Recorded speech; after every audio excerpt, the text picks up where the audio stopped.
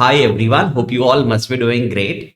So today we are starting with another chapter, comparatively a small and easy chapter, return of income. So there are a few important things which you should know regarding this particular topic, ROI, and you can expect at least one question from this chapter in your examinations. So there is a very important section, section 139(1) of Income Tax Act. It's a very important section. I would highly recommend you that this section you should learn by heart. This section number also, section 139(1), because this is one of the most important section, not only for this chapter, but for the entire Income Tax Act. This is one of the important sections. So I would highly recommend you, please learn this number at least by heart. So section 139(1) says that who are the people who are required to file their return of income. So the heading is compulsory filing of ROI. So the following types of assessee, which we will read over here, are compulsory required to file their return of income on or before the due date of ROI. What is the due date? Although we know 31st July, for some people it is 31st October, and for some it is 30th November also of assessment year. That is also written over here. What is the due date of ROI? That is also mentioned in this section.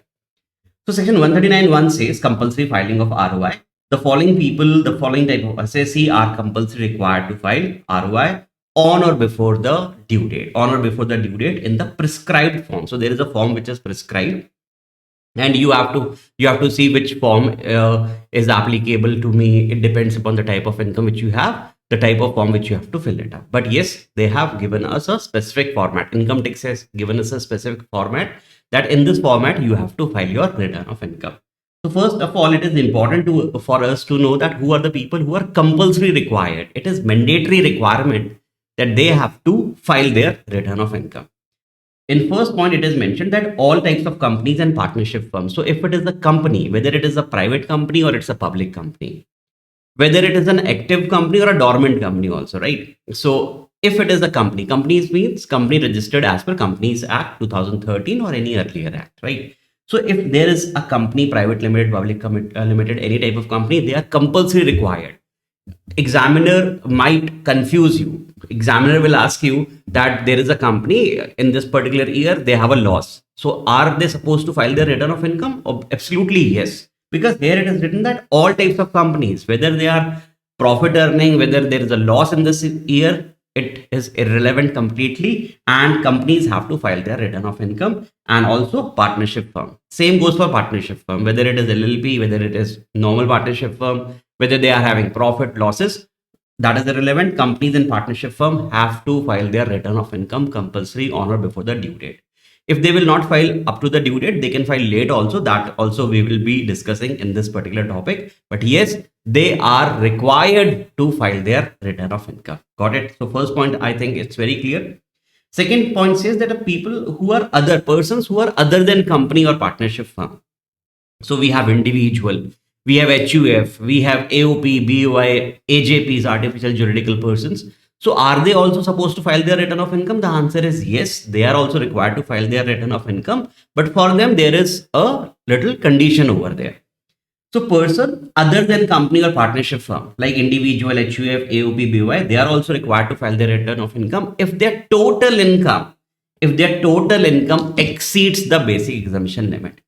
So you understand what is the basic exemption limit. If you are following default tax regime, it is 3 lakh. So if the person is following default tax regime and their total income exceeds rupees 3 lakh, they are required to file the return of income. But in case if they are following optional tax regime, so the basic exemption limit is generally 2.5 lakh. But yes, it is if the person is a resident and senior citizen, then in that case, 3 lakh or 5 lakh as the case may be in case of super senior citizen, that you understand. So if your total income, here it is GTI is written over here, total income, here total income is written over here, right? So if total income exceeds basic exemption limit, then you are supposed to file their return of income. So tell me, let's say if there is a person who is opting for optional tax regime, right? He is not opting for default tax regime, and he has GTI of rupees, let's say 7 lakh. And under chapter 6A, let's say this person is taking a deduction of 5 lakh. So his total income is 2 lakh. So is it exceeding the basic exemption limit? The answer is no. In that case, is that person required to file the return of income? Because this point says about total income. The answer is this person, although this person is required to file the return of income, but not as per this second point. We'll discuss some other points also. In that case, it will be there that this person is required to file the return of income. But in this point says, if you will read just this point, then the answer could be no. But here the answer is not no, because we have other points also, right? But yes, this point says only about your total income. Third point, it says person other than company or partnership firm if total income of some other person for whom they are assessable exceeds the basic exemption limit.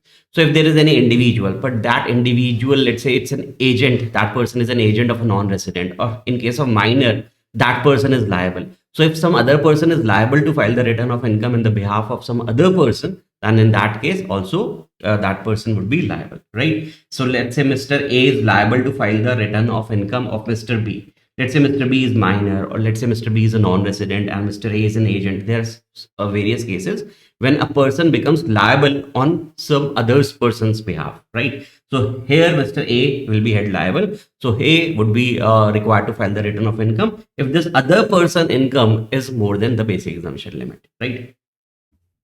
Fourth point is very important. It says the example which I was discussing just now, that the total in the GTI is 7 lakh. Deduction in the chapter 6 says 5 lakh, total income is 2 lakh. So that in that case, point number 2 was not applicable. As per point number 2, the answer was no, that person total income is not more than basic exemption limit. But fourth point, that person, that example will be covered as per our fourth point.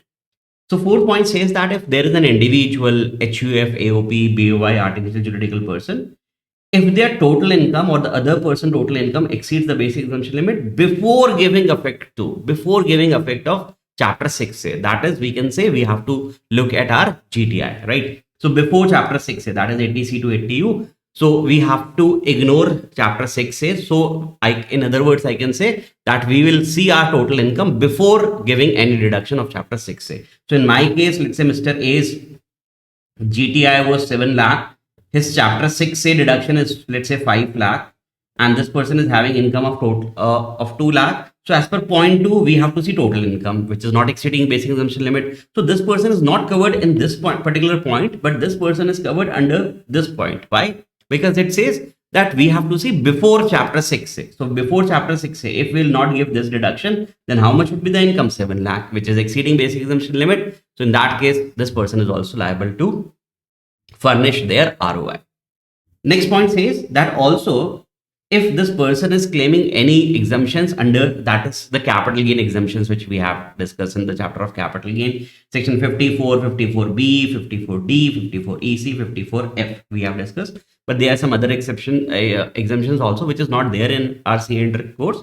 But yes, they have written over here also that there is certain other exemptions like 54G, 54G, although they are, I understand it is not in our course, but still you have to take these things into consideration. So if your total income before these deductions exceeds the basic exemption limit. So let's say there is a person who is not having any other income except long-term capital gain. So this person has a long-term capital gain of, let's say, 5 lakh. And this person is claiming exemption under section 54. Let's say he has sold residential house property and he has purchased or constructed another residential house property, or that person has invested in CG scheme, right? You understand that particular chapter of capital gain. So let's say his LTCG is 5 lakh and under section 54, that person is claiming exemptions of rupees 5 lakh. So his LTCG is 0. There is no other capital gain. In fact, there is no other income from any other head, right? So his GTI is 0. His chapter 6A, let's say this person is not claiming any deduction in the chapter 6A also. Anyways, he cannot claim any deduction. Why? Because the GTI is just 0. So in that case, his total income is 0. So if we will apply point number 2, it says your total income should exceed basic exemption limit. Here point number 2 is not applicable. My income is not exceeding basic exemption limit in this example. So we are not supposed to file the return of income.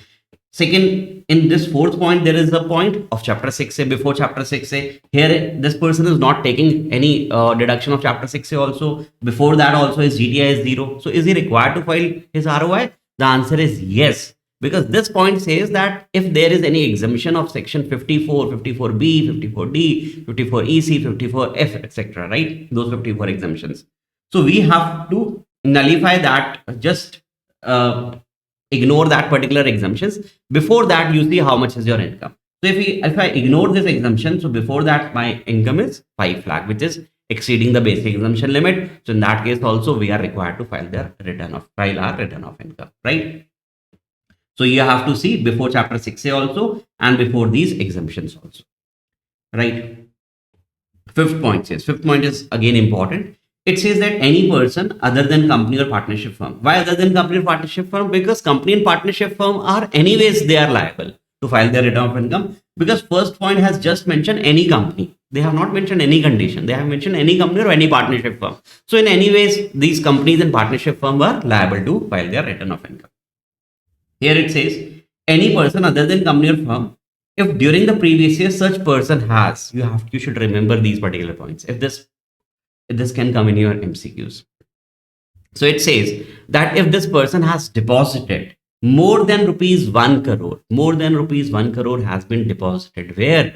In the current account, in your current account maintained with a bank or a cooperative bank. So if you have a current account in any bank and you have deposited more than 1 crore rupees, in that case also, even if your income is not exceeding, even if the income is not exceeding the basic exemption limit, even if it is not exceeding before chapter 6 or before any exemptions of section 54 series, then also if you have deposited where? Saving bank account written is written over here, or the current account, here current account is written over here, in a bank, here we have to see specific single bank, right? So let's say this person has deposited 60 lakh rupees in ICICI bank in current account, and this person has deposited 70 lakh rupees in SBI current account. Will this point would be applicable to this person? Should we aggregate these accounts? The answer is no. Here it is written a bank. A bank means one bank. So if this would have been ICI, even if this would have been different branches of ICI, we can club them together because they all belong to one bank, that is ICICI, right? So here, if this person has deposited 60 lakh rupees in ICICI and this person has deposited 70 lakh rupees in SBI, is he liable? The answer is no, because here we have to see one bank, right? So we will not club different banks amount which has been deposited together. Correct. So if it would have been different branches, then you can club of ICICI. If there is different branches of SBI, you can club different branches of SBI amount which you have deposited during the previous year in current account. Right. Incurred expenditure of more than rupees 2 lakh. Either you have deposited 1 crore rupees, more than 1 crore rupees, or you have incurred expenditure on foreign travel. You have incurred expenditure on foreign travel for self or any other person. You have sponsored, let's say you went outside India with, let's say, with your family or without family, whatever it is. So if either you have traveled or any of your any person, not even your family member, but if you have sponsored someone and you have incurred more than rupees 2 lakh on that foreign trip, then also you are required to file your return of income, because here income tax department would like to see, let's say this person is not covered under any of the above points. This person is not having any income which is more than basic exemption limit. Even before chapter 6A or before that 54 series, this person is not having income, but he has incurred expenditure on foreign travel. Then we will see that he's going outside India or he's sponsoring someone to go outside India and he's not filing his return of income. We need to see his account. So here that person is also required to file the return of income. Please remember this: foreign travel more than 2 lakh rupees. Last point here it is written is incurred expenditure of more than 1 lakh rupees on electricity bill. So if you have incurred more than 1 lakh rupees on electricity bill, if you are incurring more than 1 lakh rupees on electricity bill, it makes around 8,000, 9,000 rupees per month, right? So if your electricity bill is around 8,000, 9,000 per month, it means your standard of living is a bit high. You must be having air condition in your house, right? So in that case, your standard of living is quite high. You are incurring so much amount in electricity bill. We would like to see your return of income. So in that case also, person is required to file their return of income if that person satisfy any of these conditions also. There are some other conditions as well. If you are running your business and your turnover is more than 60 lakh during the previous year, then also you are required. Please remember this: if the person is running a business and the turnover is more than 60 lakh, and in case that person is running a profession and in case that turnover is more than rupees 10 lakh, also you are required to file your return of income.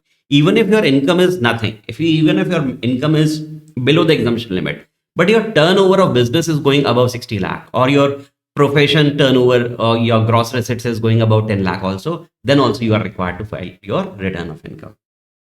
Or during this year, the aggregate of TDS or TCS, the tax which has been deducted or the tax which has been collected, that is TDS and TCS.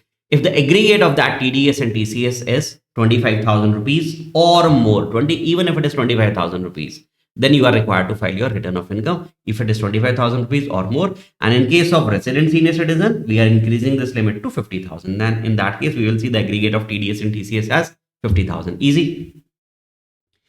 Last point here, it is mentioned that if you have deposited 50 lakh rupees or more, even 50 lakh rupees if you have deposited or more, then also you are required to file your return of income where you have deposited in one or more saving bank account. In here it is written, there it was written in current account, it was written in a bank, but here it is written one or more saving bank account. Here, if you have several saving banks account in several different banks, in that case also we are going to aggregate that. So let's say if you have one bank account in Canara Bank, other you have account in your let's say PNB or SBI or ICICI HDFC, so we'll club it together. So here we will see your saving account. So if you have deposited 50 lakh rupees or more in your saving account, you are also required to file your return of income.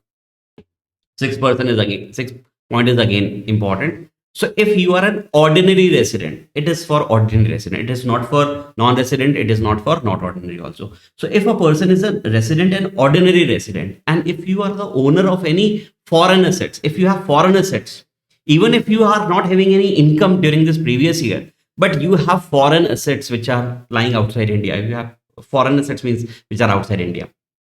So if you have foreign assets, even if you are a signatory of any foreign bank account, then also you are required to furnish your return of income. So if you are the beneficial owner or the actual owner of any foreign assets, including foreign securities, even if you have foreign shares, any type of foreign debentures, foreign securities, then also even foreign bank account, then also you are required to furnish your return of income. But please remember, this point is only related to resident and ordinary resident. Why it is it's only restricted to ordinary resident?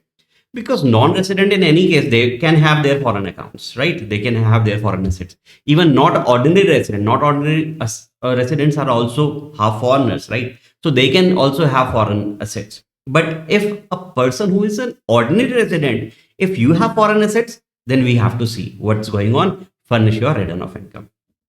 Even if you are not the owner, but even if you are the beneficiary of any foreign assets, you understand who is beneficiary. The person who has not spent it on that amount, who is not the actual owner, but someone has made him the owner for the time being. That person is the beneficiary, not the owner. Actually, you receive the benefit out of it. Let's say, I give you an example. Let's say Mr. A is having any foreign assets. This person is having any foreign asset, and Mr. A is the owner of this foreign asset, and there is some income which is coming from some foreign assets. And let's say there is another person, Mr. B. This person is also a resident and ordinary resident. This person is also an ordinary resident, and Mr. A makes Mr. B beneficiary of the income which is getting accrued from this foreign asset. We made this person as a beneficiary. This person is not, Mr. B is not the owner, right? Mr. B is not the owner, but whatever the benefits which are derived from this foreign assets goes to Mr. B also. Then in that case, if Mr. B is the resident and ordinary resident, then Mr. B, although Mr. B is not the actual owner, but he's the beneficiary of the income which is coming from this particular foreign asset. So this person is also liable to file their return of income, right? But yes, there is one more exception over here. The income, let's say this Mr. B is a beneficiary, but let's say the income from such asset gets clubbed in the hands of this person. In that case, Mr. B would be relaxed. In that case, we will not ask Mr. B to file their return of income. Why? Because if in case the income from such particular foreign assets is getting clubbed back in the name of Mr. A in the hands of transferor, then Mr. B is not required to furnish the return of income, provided Mr. B does not satisfy any other conditions also, right? So here it is written, if the person is a resident or ordinary resident at any time during the previous year, is a beneficiary of any foreign asset, even if it's a beneficiary, it is required that he should be the beneficiary for the entire year? No, at any time during the previous year also, then also that person would be required to furnish their ROI. But yes, the note is written over there, which I have just discussed. So if beneficiary will not be liable to furnish ROI if the income from such foreign assets gets clubbed in the hands of that particular beneficial owner. Now, this is again very important, and I believe that you know this very well. What is the meaning of due date of ROI? When we should furnish our ROI? So you should furnish your ROI. Generally, it is 31st July. But yes, if our accounts are liable to get audited, or if we are company SSE, then it's 31st October. So 31st October is for 3%. If the person is a company SSE, then it is 31st October. Or if their accounts are liable to get audited under Income Tax Act or any other law, then also it is 31st October. Or the partners of the partnership firm, they are the partners of such partnership firm, that partnership firm's accounts are liable to get audited, right? Under Income Tax Act or any other law. Then those partners also, am I saying working partners or sleeping partners? No, any type of partner. Now it is any type of partners. So here 31st October assessment year, this date would be applicable on 3 type of assessee. If the assessee is a company, partnership firm is written over here? No. Every company, for every company it is 31st of October, they have to furnish the return of income. A person other than company whose accounts are required to be audited under either Income Tax Act or under any other law also. If it is not Income Tax Act, but there is any other law which is applicable and that law requires their accounts to be audited, in that case also they are required to furnish their return of income by 31st October. Getting it? Easy. Or a partner of such firm where accounts are required to be audited. Whose accounts are required to be audited? Partner's account or partnership firm's account? Partnership firm's accounts are required to be audited.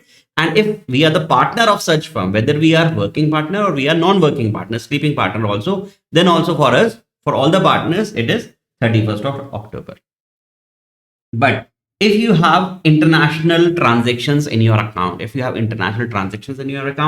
and you are required to furnish a report under section 92E, which is not in our course, it is not intermediate course, that we will see in our final level.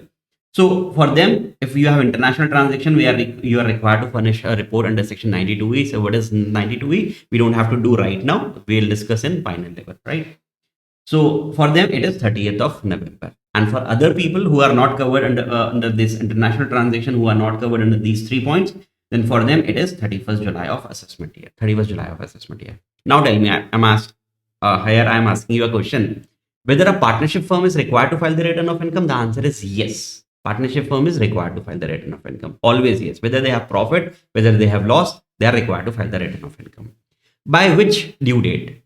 It would be 31st. I'm giving you option by 31st of October or by 31st of July. Let's say they don't have international transaction, so I'm not taking this option.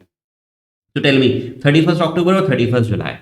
So you can tell to me that if that partnership firm, although they are required to file the return ROI, but if that partnership firm is required to get their accounts audited, then 31st October.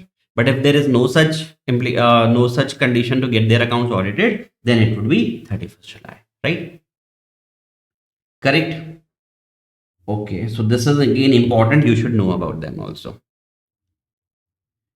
So this was section 139(1).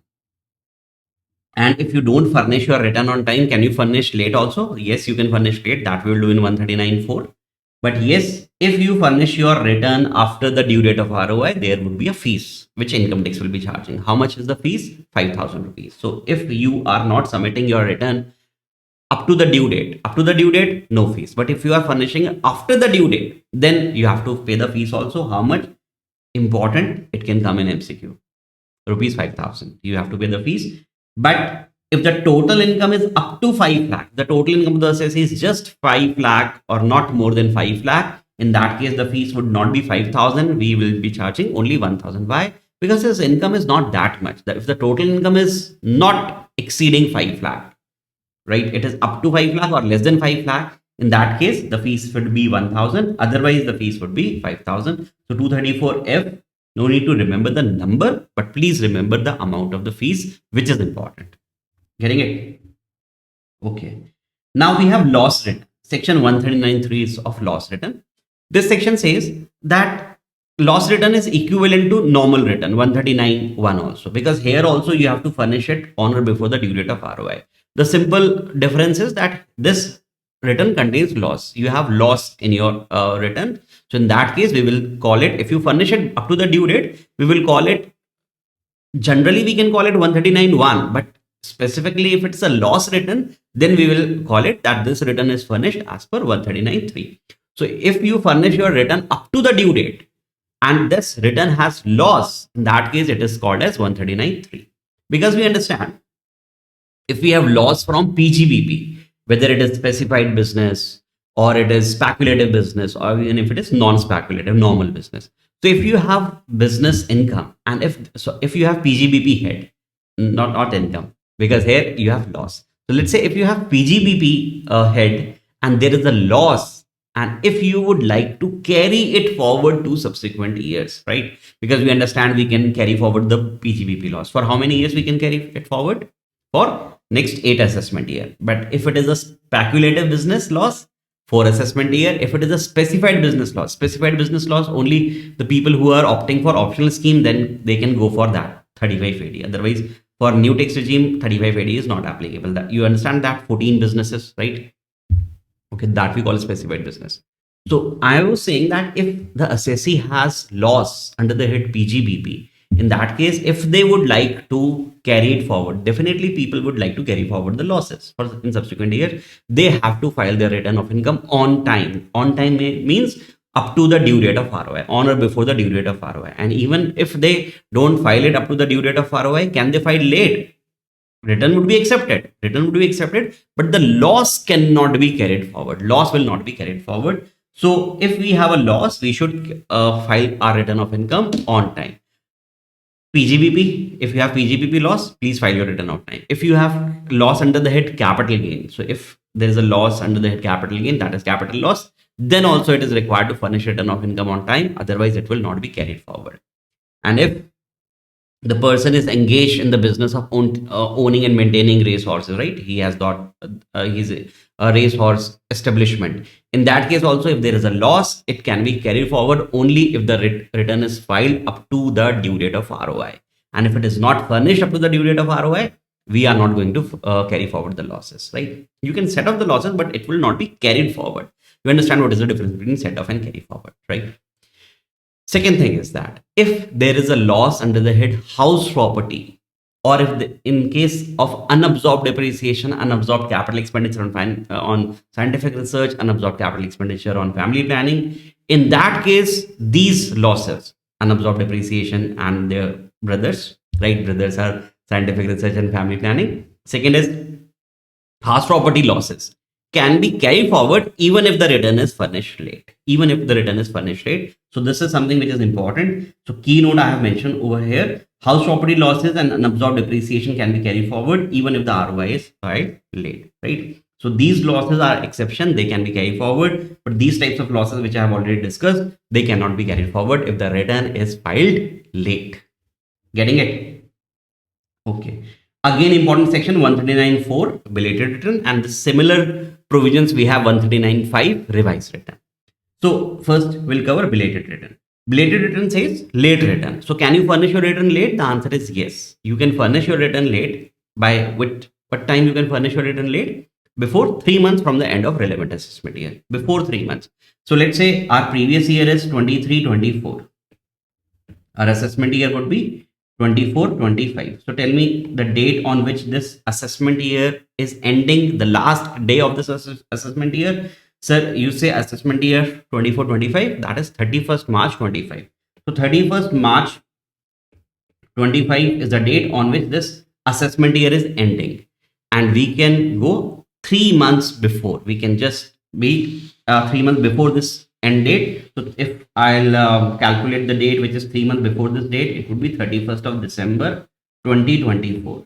So for this previous year, or I can say for this assessment year, you can only furnish the return up to 31st December 2024. In other words, I can say that as and when previous year ends, you have only maximum 9 months to furnish your return of income by 31st of December, right? Because it says 3 months before the end of relevant assessment year.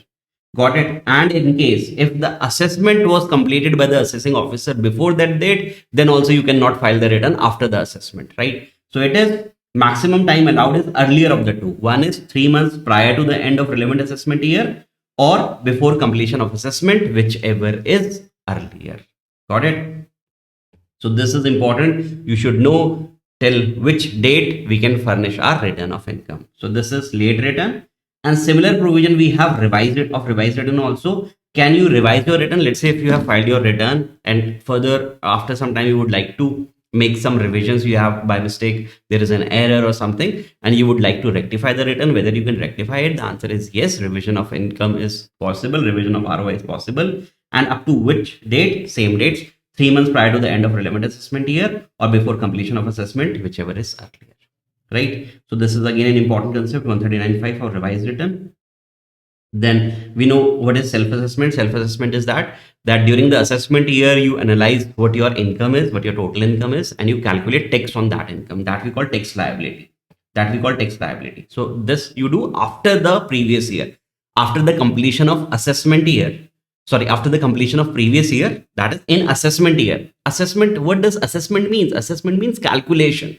So you are calculating your total income. So when you calculate your total income in the assessment year, so in assessment year, you do self-assessment. Self-assessment means either you do it yourself if you know about these provisions, or you require any chartered accountant, any cost accountant, any tax expert for that case.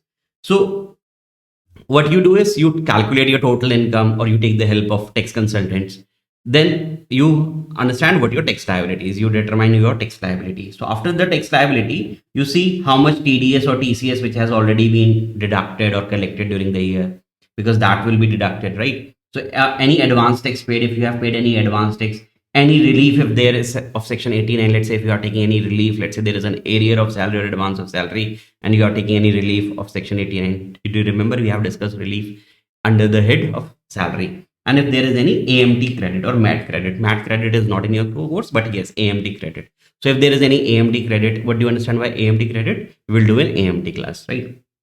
So if there is any AMT credit, you take the benefits of it. So whatever is the amount that remains, that is called tax payable. You have to pay this amount. At what time you have to pay? At the time when you are filing your return, you have to pay this amount. Even before submitting your return, you have to pay this amount. That is called self-assessment tax, right? This is section 140A, but section number is not important, but you should know what is self-assessment. Self-assessment is the tax which you pay during the assessment year, right? So in assessment year, you actually calculate your exact total income. You calculate tax liability on it also. And then you see this, let's say this 5 lakh is your tax liability. So you see how much TDS or TCS which has been deducted or collected during the previous year, how much advance tax I have already paid. If there is any relief, you take advantage of that relief. If there is any AMT credit, you take advantage of that AMT credit, and whatever the amount remains, that you pay at the time of filing your return. That is called self-assessment.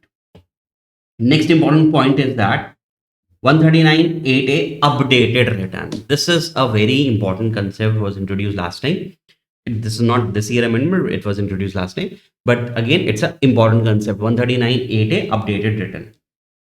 So what is the time limit of updated return? This is 24 months from the end of the relevant assessment year. So whenever the assessment year has ended, you have 24 months to file your return of income. Let's say you have not filed it at that particular point of time, or let's say you would like to file a revised sort of return. I'll not say revise, I'll say updated over here, because revise is covered under section 139.5.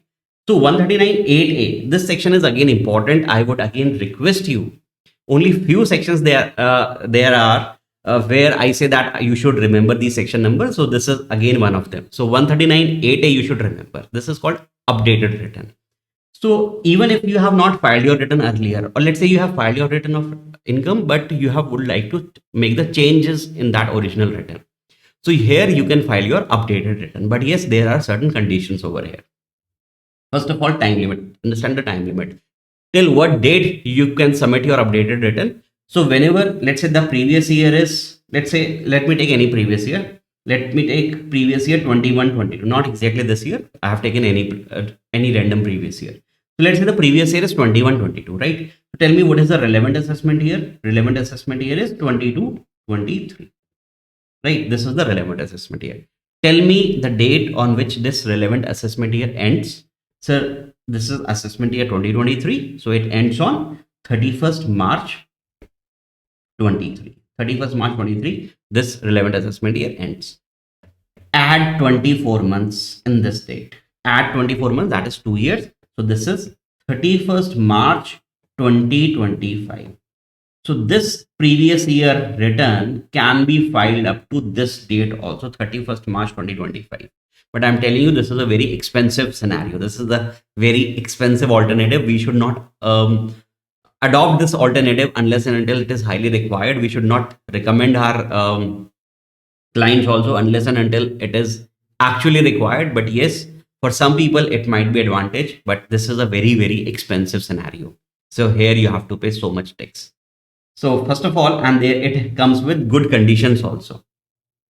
So who are the eligible assessee? Any assessee would be eligible over here, irrespective of whether they have furnished their return of income earlier, whether they have furnished the return of income 101, 104, 105 earlier, or they have not even furnished their return of income, they are also eligible. So it is this particular 139.8A benefit, it is given to all types of assessee. I would not say this is a very much benefit to the assessee. This is more a benefit to the government, to the income tax authority. This is a benefit because they will be highly benefited because of this. And they have given certain conditions also. And if you will read these conditions, you will find that these conditions are in favor of department. They are not in favor of assessee. They are in favor of department. So it says that updated return, first of all, it cannot be a loss return. So if you would like to furnish a loss return, we will not accept it. Updated return cannot be a loss return. See, one benefit is it is for the assessee or for the department. So it can only be a positive return where you will show your income, where you have to pay your taxes. So it should not be a loss return. Benefit to the department. Second point says the tax liability cannot be decreased from ROI filed earlier. If you have filed your ROI earlier, then this updated return should be more than that particular income which you have shown earlier. The tax liability, you cannot decrease the tax liability. Again, the benefit is going to the department. So let's say in the earlier return, let's say the assessee has filed the earlier return and there he has shown a tax liability of 1 lakh rupees. So if this person is filing updated return, the tax liability should be more than 1 lakh. It should not be less than 1 lakh, right? So the tax liability cannot be decreased. Your tax liability cannot be decreased by filing ROI. So this is again an updated return point which is going in favor of department. If there is any refund due in earlier return, you cannot increase the refund. You cannot increase the refund. Let's say in earlier return, you were asking a refund of 2 lakh rupees. Can you ask more return by filing updated return? No. Your refund can be decreased, but your refund cannot be increased. So refund cannot be increased in updated return. Again, a benefit to the department. And if original return was a loss return, let's say if the original return was the loss return, in any case, updated return cannot be a loss return. It should be a positive return. It should be an income return, right? So again, all these things points you will say these are going in favor of the department. So this is updated and that is the reason I am saying that this is a very expensive type of scenario because they will be charging some additional tax also. They will be charging normal tax.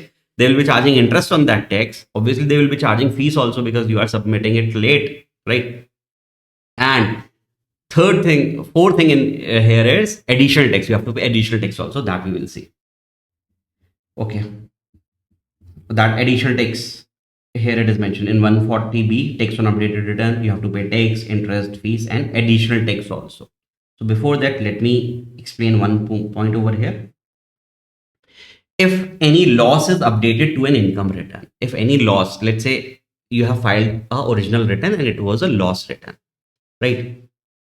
So if you have filed a loss return earlier, so there might be a scenario that in next year you might have set off that loss also, right? You might have set off that loss also. So second year also, that loss of first year is getting affected. So the second year return is getting affected. But now of the original return, you are furnishing an updated return. And now updated return is a positive return. It cannot be a loss return. So the loss which you have set off in any subsequent year, that should also be nullified, right? Because you have set off that loss. So in that case also, you have to furnish the updated return of that year also. Should I explain this with an example? Okay, I think I should explain this with an example. Okay. In regular class, we used to do it very thoroughly, but here I would like to give you an example here. Let's say of previous year, 2021, assessee has furnished an original return. Let's say this person has furnished an original return under section 139(1). Normal section 139(1), this person has furnished an original return, and there was a loss of 5 lakh rupees. There was a loss of 5 lakh rupees, right? And this 5 lakh rupees is being set, it was carried forward to the next year. And in previous year 21-22, this whenever this person, let's say in previous year 21-22, this person has an income of, let's say, of rupees 6 lakh, and there was a loss of last year which has been brought forward to next year, and this person has set off this loss also 5 lakh, and his income now comes to 1 lakh rupees, and he has paid tax on only 1 lakh rupees, or it was, let's say, less than basic exemption limit. He has not paid any tax, let's say, right? Now let's say now he is filing an updated return of this year. He is filing an updated return of this year. So of this year, if he is filing an updated return,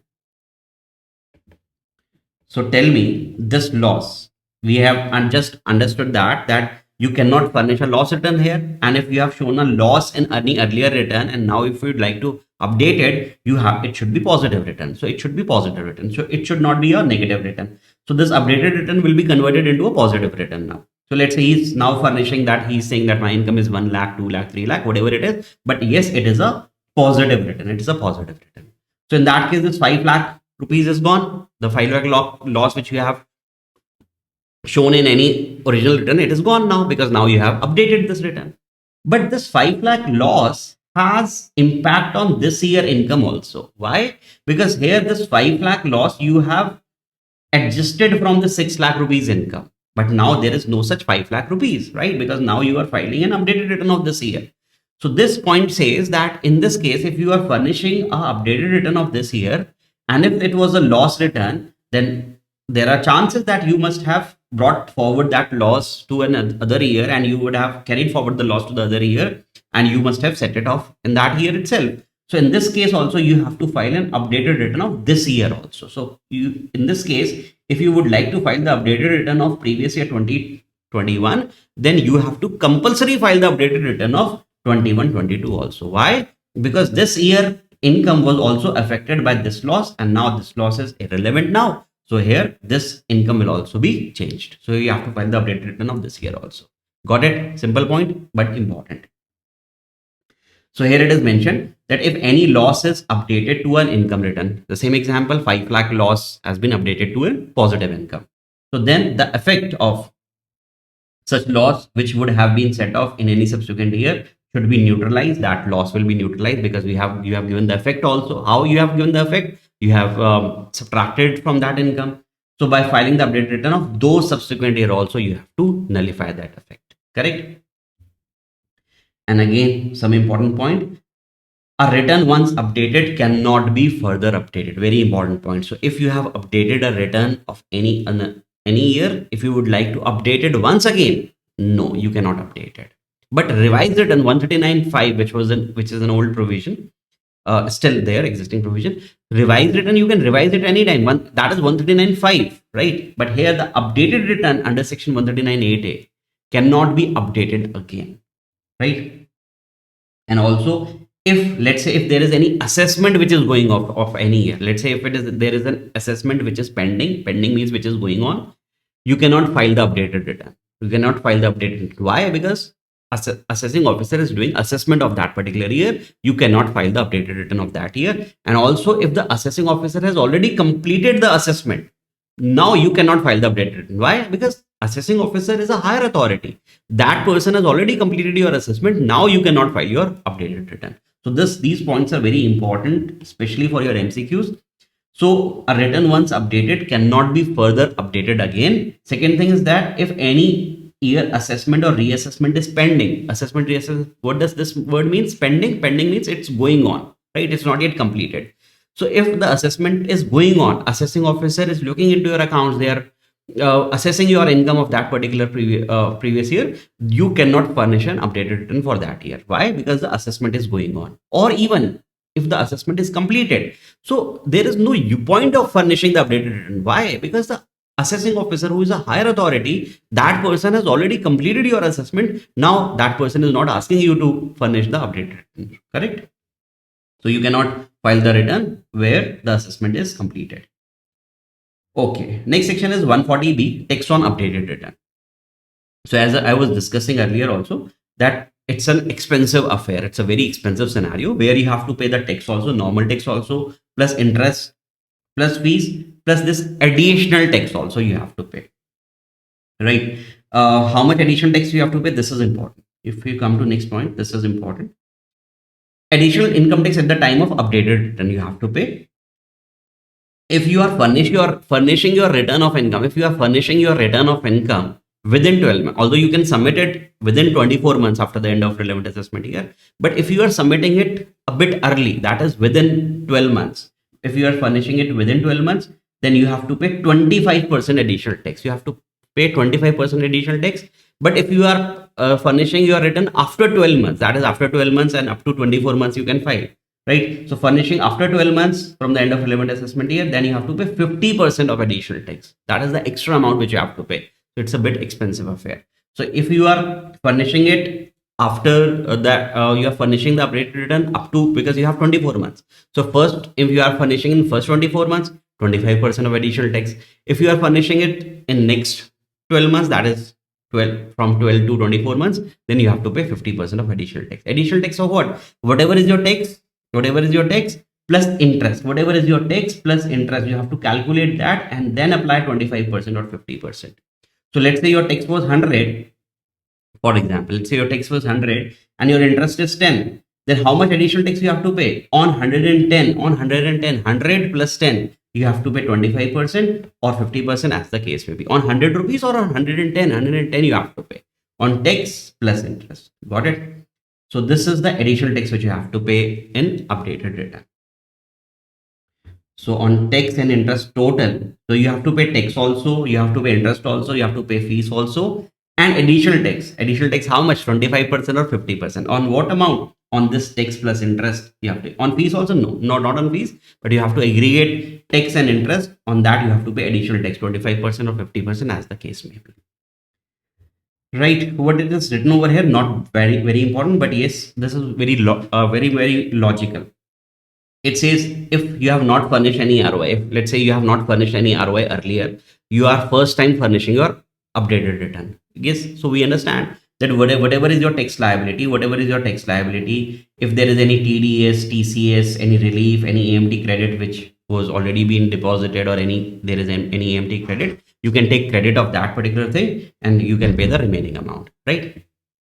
But let's say if you have furnished ROI earlier also, so if you will furnish ROI earlier also, you would have paid any tax earlier also. So whatever is your tax liability at the time of filing your updated return, we will consider the tax also which has been paid earlier. We will consider that tax also which has been paid earlier. We will consider that TDS also which has been taken earlier, and we will consider that TDS, TCS also which you must have not shown it in the earlier return, because now you are furnishing updated return, and updated return is a positive return. You are increasing. So let's say there is any income where TDS was deducted, but you have not shown that TDS in earlier return. Why? Because you have not shown that income. So in that case also you can show that TDS also, where now because you have not shown it earlier, now you can show that TCS also. So it's the same thing which is written over here.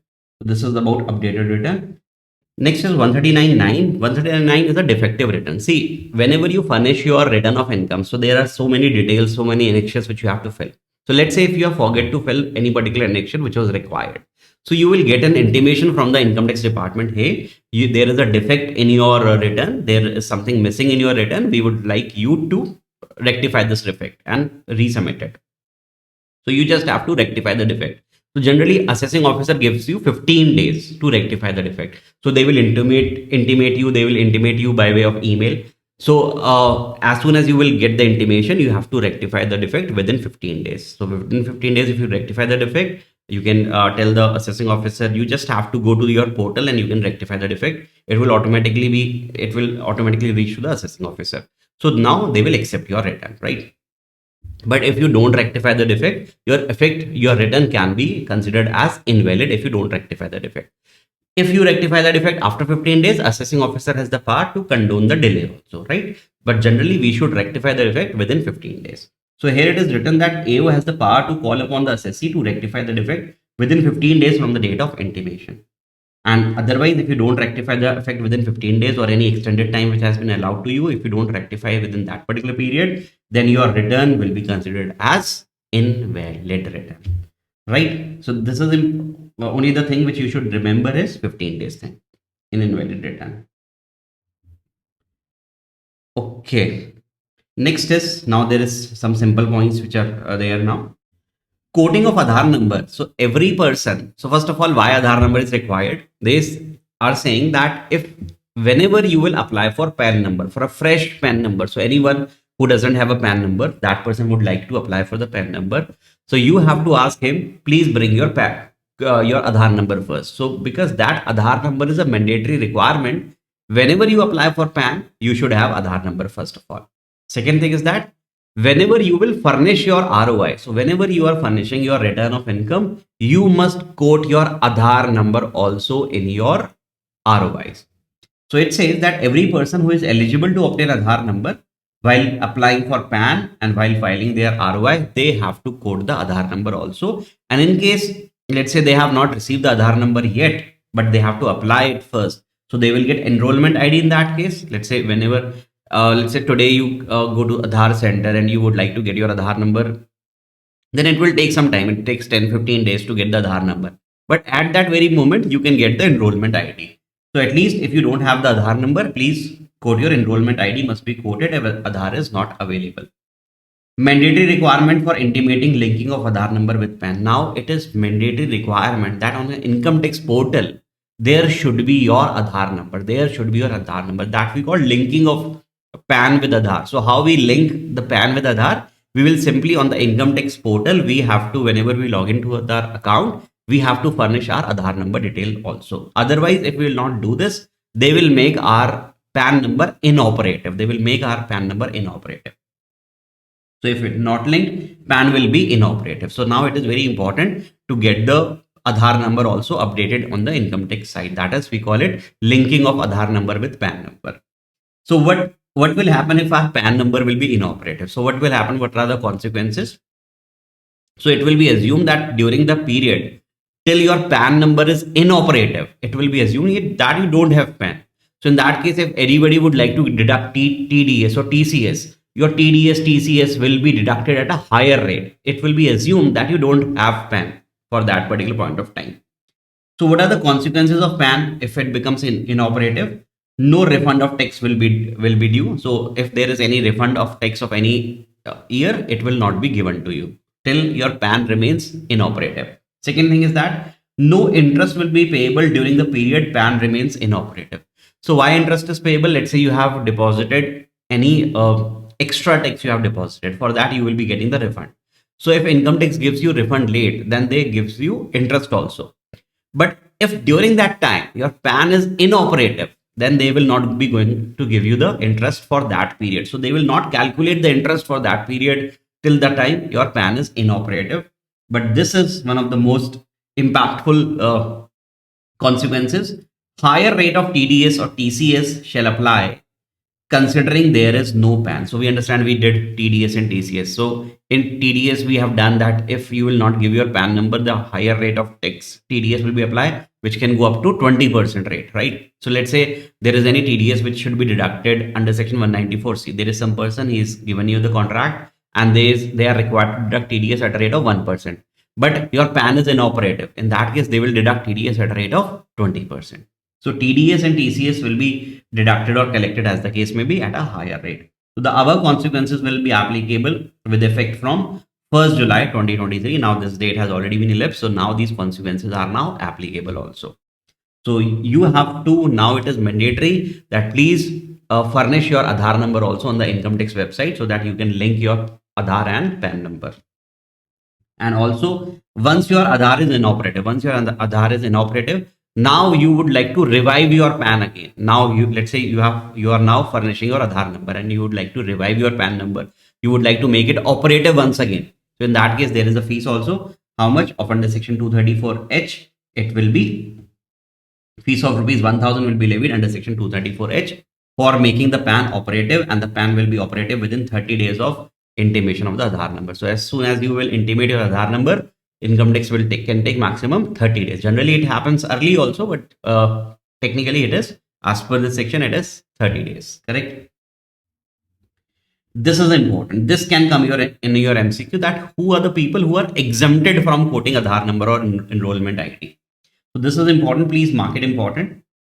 Person residing in Assam, in the state of Assam, Jammu and Kashmir, and Meghalaya. So they are the people who are exempted. So if you are living in any of these states, Assam, JNK, and Meghalaya, then you are exempted for furnishing your Aadhaar number or enrollment ID. Non-resident, as per Income Tax Act, non-resident is not required to furnish their Aadhaar number. Super senior citizen of 80 years or more. Why the super senior citizen is written over here? These people are quite old now. They cannot walk into the Aadhaar center for that biometric check and all, right? So in that case, they are exempted from furnishing their from quoting the Aadhaar number or the enrollment ID. And person who are not the citizen of India, they are also exempted. So I'm again repeating, if anyone who is residing in the state of Assam, Jammu and Kashmir, and Meghalaya, they are exempted. Second person, non-resident as per the Income Tax Act. Third is super senior citizen. Super senior here means 80 years or more. And person who are non-citizen of India. Non-resident also and non-citizen also, they are exempted from quoting their Aadhaar number, right? So this can come. Although this is more related to theory. This one, 139AA, and also one more section, 139A. PAN number, about PAN number, this is also this can come in your examination, but in theoretical format. So first of all, who are required to apply for PAN number? So there are certain conditions that if you are fulfilling those conditions, if you are exceeding your turnover limit is exceeding, or your any of the conditions gets exceeded, then you are required to get the PAN number also. So it says that every person whose total income, other person for whom he is assessable, exceeds the basic exemption limit. So either your income exceeds the basic exemption limit, or for other person for whom you are liable to furnish the ROI, his total income exceeds the basic exemption limit, then you should apply for the PAN number. And on or before 31st May of the assessment year, you should apply for the PAN number. And for applying the PAN number also, you require Aadhaar, right? If turnover likely to exceed 5 lakh rupees of business or profession, so if your turnover, let's say the income is not more than the basic exemption limit, but the turnover of either the business or profession exceeds 5 lakh rupees, then before the end of the financial year, you should apply for the PAN number. It's very easy to apply for the PAN number. You can do it online.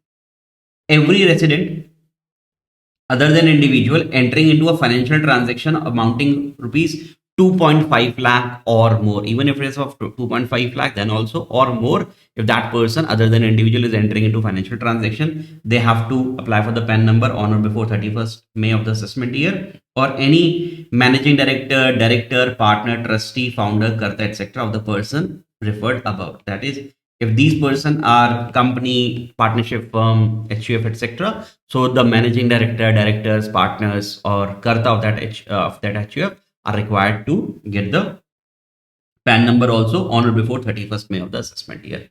Quite theoretical, correct? But yes, you should at least read them once or twice, because it can come in your examination, specifically in those MCQs. Further, every person who does not have a PAN number and intends to enter into the following transaction is required to apply for the PAN number. So what are these transactions? Generally, here we are either depositing a good amount of cash, or we are withdrawing it from our bank account. In that case, also we have to apply for the PAN number. So if you are depositing rupees 20 lakh or more during the financial year with one or more bank, cooperative bank, post office, one or more. So if it is multiple banks also, we will aggregate it together. So if you are depositing more than 20 lakh rupees during the financial year, during the previous year, then you have to at least 7 days before the date of exceeding the limit, you should apply for the PAN number. Even if you are depositing. Second thing is that even if you are withdrawing the amount, how much? 20 lakh rupees or more from one or more bank accounts or post office or cooperative bank, then also you require the PAN number, same date, at least 7 days before the date of exceeding that particular limit of 20 lakh rupees, you have to apply for the PAN number. Next is person intending to open a current account or a cash credit account. Cash credit is overdraft limit. So if you would like to open a current account or a cash credit account, at least 7 days before the opening of that particular account, you have to apply for the PAN number. Getting it? And here there are certain requirements. Here you have to furnish your PAN number. So I have given you some 9 or 10 points. At least you should remember 5 of them. At least you should remember 5 of them. So this is quite easy. You can self-read them. Okay. Let me read them also. So in all the returns and challan, whenever you furnish any type of return, you have to mention your PAN number or any type of challan. What is challan? Whenever you deposit tax to the government, whenever you are depositing tax, that can be done online. So whenever you will be depositing tax, you need your PAN number. Sale or purchase of vehicle. Which vehicle? It should be not two-wheeler. So generally it is car, or even for three-wheeler. Other than two-wheeler, if you are selling it or you are purchasing it, you should have your PAN number. Opening a bank account. If you open a bank account other than a basic saving bank account, so there are some basic saving bank account which does not offer much facility. It is just deposit and withdrawal facility that offer. That is okay. But if you are opening a normal bank account, then you require your PAN number, right? But yes, if you don't have PAN number, there is another form 16. Then form 16 you can furnish. That for the time being, I'm opening a bank account, and I'm furnishing form 60. That is also written over there that you can give a declaration. This is all theoretical points. I think you can easily read them. Applying for a debit card or credit card, you need the PAN number. Opening a demat account, if you would like to open a demat account, you require your PAN number. You are paying hotel bill which is more than 50,000 rupees, you need your PAN number. I think you can easily read them, right? I believe that you'll be able to do this. If you don't have the PAN number, or in case minor is entering into this transaction, then they have to furnish the PAN number of either the parent or the guardian. Coding of PAN in the above transaction is not mandatory for central government, state government, or consulate office. Consulate office is embassies. They are not required, or non-resident are not required to furnish PAN number if they are entering into these transactions.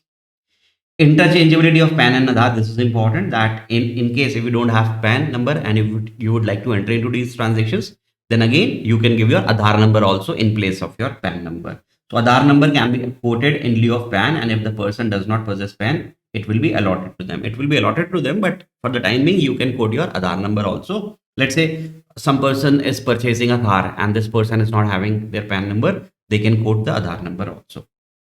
Authentication of PAN and Aadhaar number. So whenever you will furnish your PAN will be authenticated. Again, a very theoretical point. Penalty for failure to quote or intimate PAN or Aadhaar number. This is important. 10,000 rupees would be the penalty in case if you would enter into these transactions, and if you are not quoting your PAN number and it is required to quote the PAN number, if you have not quoted your PAN number, then 10,000 penalty would be charged from you for every such default. So 10,000 rupees is important. All these sections are quite theoretical. Next concept is TRP. Section 139B is TRP. Again, a very easy concept. TRP are the individual who can furnish simple returns, who assist other person to furnish simple returns. Why I am saying simple? Because it is mentioned in this section that TRP, tax return preparer, can only furnish the return for individual or HUF. So if the assessee is the individual or that person is an HUF, then TRP can assist them in furnishing the return of income, and he can charge some amount from that assessee, from individual or HUF. This comes in your examination. Let's say they will ask you in MCQ. Let's say there is a company. Can take help of TRP to get their return furnished? The answer is no.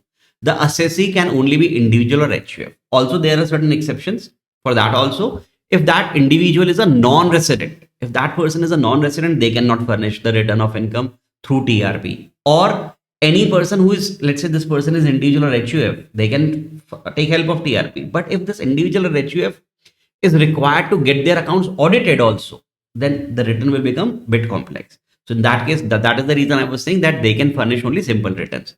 So this is also, you should know that TRP cannot furnish the return for income for those individual or HUF who are required to get their accounts audited, and for non-residents also, right? So we should know what are the education qualification of TRP, what are some conditions or restrictions on TRP.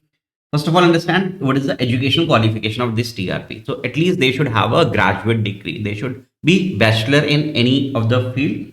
It can be in arts also, in commerce also, in science also. So that is not restricted, that they should be bachelor in any specific field.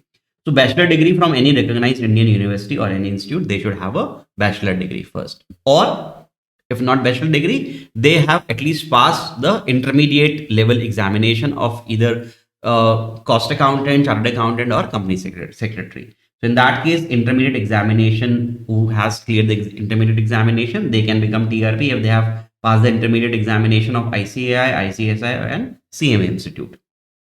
So semi-qualified people can become the TRP, right? But I tell you that this is not a very lucrative profession. It's a very simple type of profession where you get a very decent amount, a humble amount. This is important. Only individual or HUF are eligible to file the return of income through TRP. Please mark it important. Who can furnish, who can take help of TRP? So individual or HUF can take the help of TRP. Other than these, if person required to be audited under section 44AB or under any other law. So if there is an individual, but that person is required to get their accounts audited either under section 44AB or under any other law also, then also he cannot take the help of TRP, or any non-resident. So if the person is a non-resident, then also they can not take the help of TRP, right? So you should know this also. You should know the educational qualification also. There are some few points also who cannot become the TRP. So TRP means any individual other than these. So other than these, what it is written over here? If let's say you are a chartered accountant, you cannot become a TRP. If let's say you are a lawyer, a legal practitioner, you cannot become a TRP. Either if you are a bank officer, if the person is a bank officer, in which bank? Where the assessee maintains a current account or any account where that assessee has a regular dealing. If you are a bank officer in that bank, then you bank officer cannot become the TRP, right? So a bank officer where the assessee maintains a current account or any other regular dealing account, in that case, that bank officer cannot become a TRP. A lawyer, a legal practitioner, a chartered accountant cannot become a TRP. An employee of a specified class of person, an employee, let's say this person is an employee of some specified class of person, that cannot become a TRP.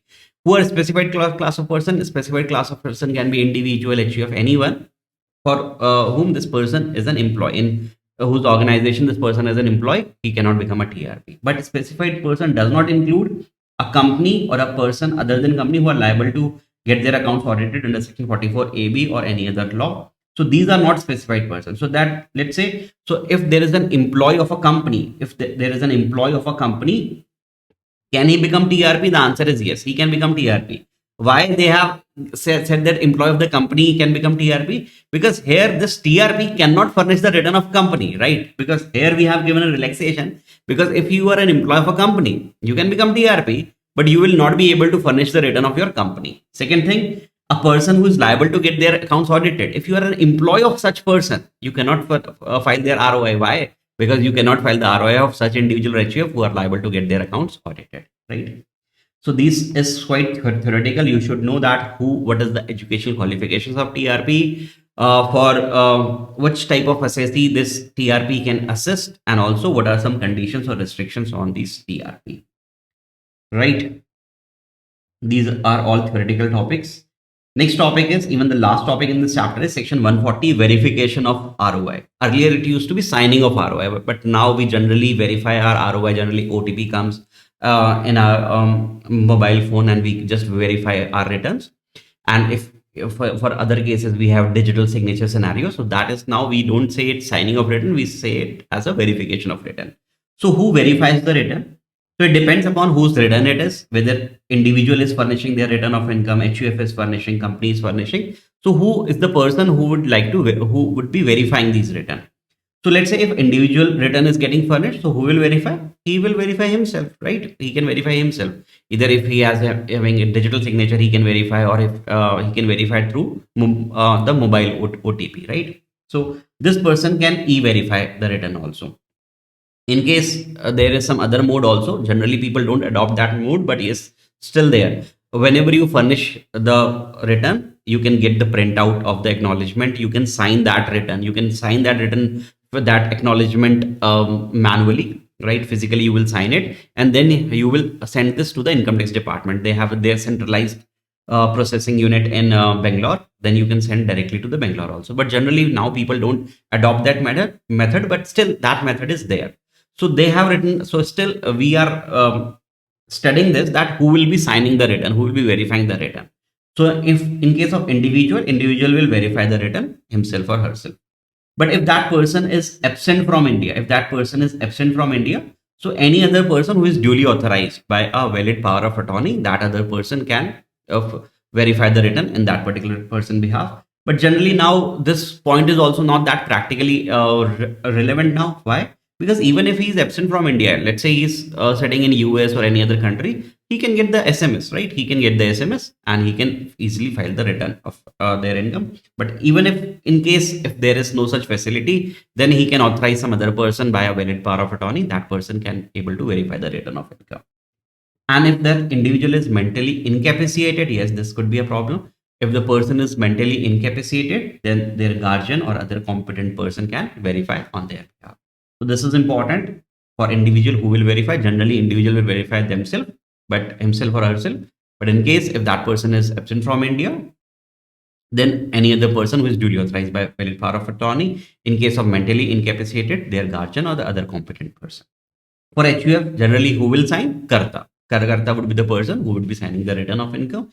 In case Karta is not available, then the adult member can sign. If Karta is not in India or incapacitated, then by other adult member, not minor, right? Company, who will sign the return of company? We understand managing director will sign, right? So managing director will sign. If MD is not available in India, then other director or any person duly authorized by valid power of attorney, that person can sign, right? Even in case of a non-resident company, if the MD is not available, then any other director or any person who is duly authorized.